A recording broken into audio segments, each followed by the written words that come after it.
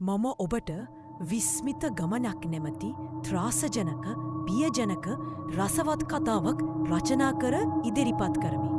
එය ඉතා ලස්සන කතාවක් බැවින් ඔබ එය අසා සිටින්න. කතාව හොදයි නම් මගේ channel එක subscribe කරන්න, comment කරන්න, share කරන්න. අවුරුදු 30ක වයස ඇති රසායනාගාර නිලධාරියෙකු වන පාවෙල් බස්රථයද දුර බැහැර රාජකාරී පැවරුමකට ගමන් කරයි. පැය 5කට පසු බස්රථය කැදී යයි. ඉතිරි දුර ඇවිද යාමට ඔහු තීරණය කරයි. ඔහු පාලු කඳුකර මාර්ග මීදුම සහිත නිම්න සහ ඝන වනාන්තරය හරහා තනිවම ගමන් කරයි. අකුණු සැර වදිමී නැත. ඔහු කුඩා අඳුරු ආලෝකමත් පැල්පතක් දැක පැල්පත වෙත යයි.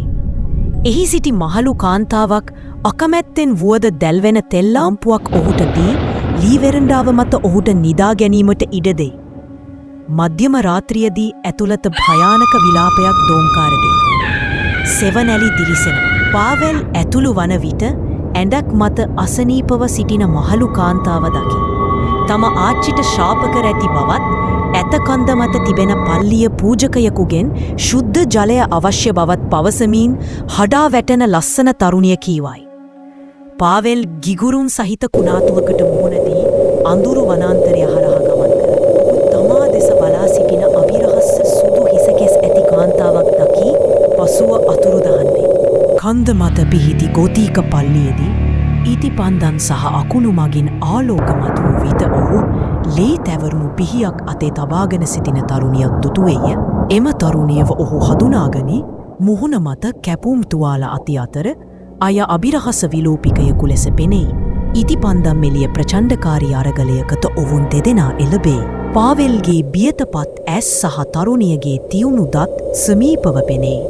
පාවෙල් ලෝහ කුරුසයක් අල්ලාගනි එය අයව පුලුස්සා තමයි අන්ධ කරන දැල්වීමක් සහ පුපුරන සුළු ශබ්දයක් නිකුත් කරයි.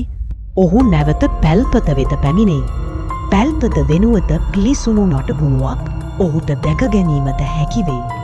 පසුව ට්‍රක් රථ රියදුරයෙකු ඔහුට පවස්නීය මහලු කාන්තාවක් සහ අගේ දියණිය වසර ගණනාවකට පෙර එහි මිය ගොස් සංචාරකයින්ට හොල්මන් කරන බවයි.